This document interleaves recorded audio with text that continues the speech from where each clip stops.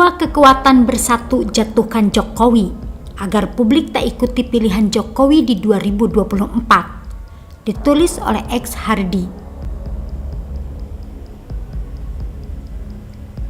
Sebenarnya niat Anies mau nyapres bukanlah rahasia yang mengejutkan lagi.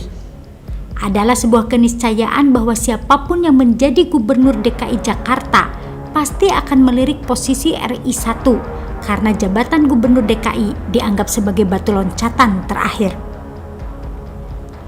Ada satu kelompok yang menamakan diri Aliansi Nasional Indonesia Sejahtera atau disingkat ANIS, mendeklarasikan Anies sebagai calon presiden 2024. Ada satu nama yang mencolok, yaitu koordinator deklarator bernama Laode Basir.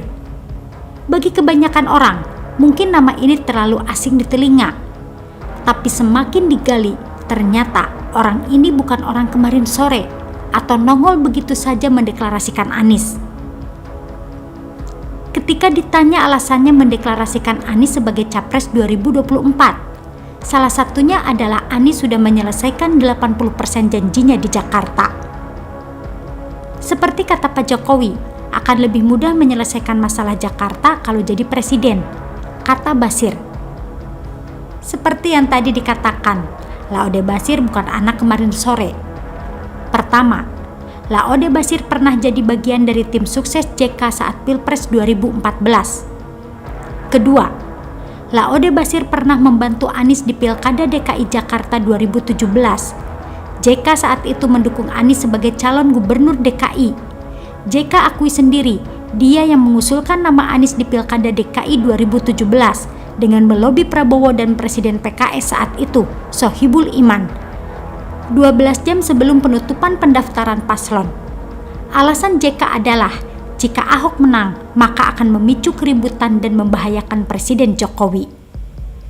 Percayakah Anda dengan alasan JK? Ketiga, Basir juga tercatat sebagai pengurus Dewan Masjid Indonesia atau DMI, dan kalian pasti tahu JK adalah ketua DMI. Masih mau bilang ini hanya kebetulan? Keempat, Basir aktif di Korps Alumni Himpunan Mahasiswa Islam, but somehow JK juga ada di sana. Kelima, Basir bekerja di Bosowa sebagai staf khusus Aksa Mahmud, pendiri Bosowa Group. Aksa Mahmud adalah besan dari JK. Apakah ini sebuah kebetulan? Atau deklarasi yang dilakukan Laode Basir justru mengulang kembali apa yang dilakukan JK terhadap Anies saat Pilkada DKI lalu? 5 informasi tadi membuktikan kedekatan Basir dengan JK. JK dekat dengan Anies. Basir dukung Anies di Pilkada DKI dan sekarang dukung di Pilpres 2024. Ini bukan kebetulan. Ada satu lagi, soal Formula E. Ada nama-nama yang memiliki kedekatan dengan JK di balik balapan ini.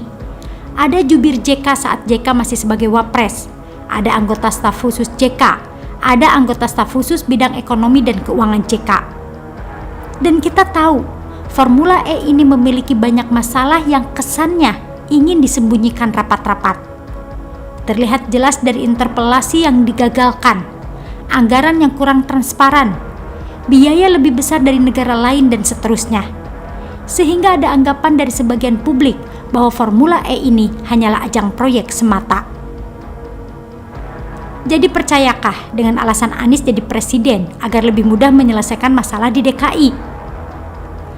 Kalau Anies jadi gubernur saja bisa menciptakan kelebihan bayar masif dan polemik seperti Formula E, bayangkan apa yang akan terjadi kalau sampai jadi presiden. Bagaimana dengan JK? Apakah dia tidak mendapatkan keuntungan dari jadinya Anies sebagai presiden? Benang merah lain Laode Basir juga dikabarkan memiliki kedekatan dengan Rocky Gerung. Menjelang Pileg dan Pilpres 2019, dia kerap memposting aktivitas Rocky Gerung di akun Twitter. Dia pernah memposting agenda Rocky Gerung di Jakarta dan Makassar. Kalian pasti tahu, Rocky Gerung, Rizal Ramli, Refli Harun, Faisal Basri memiliki kesamaan, yaitu penderita sakit hati terhadap pemerintah. Ini adalah satu kelompok besar.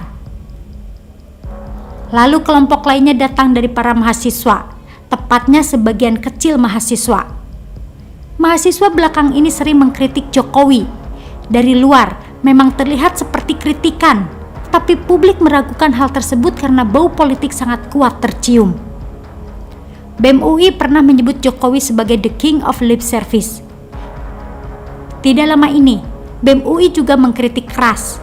Di momen 2 tahun Jokowi Ma'ruf Amin, BEM UI memberikan rapor merah dengan penilaian yang jelek semua untuk banyak menteri di Kabinet Indonesia Maju.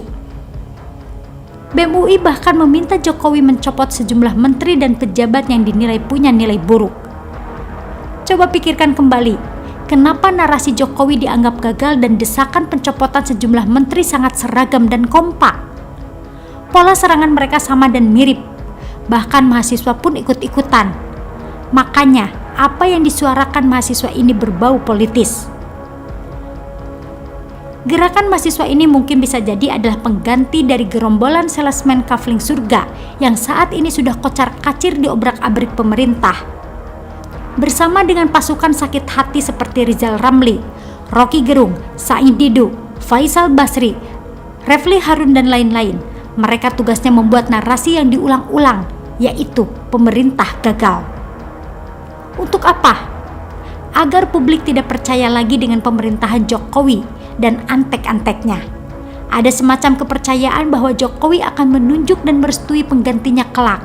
Jika publik puas dengan Jokowi, maka mereka akan ikut pilihan Jokowi.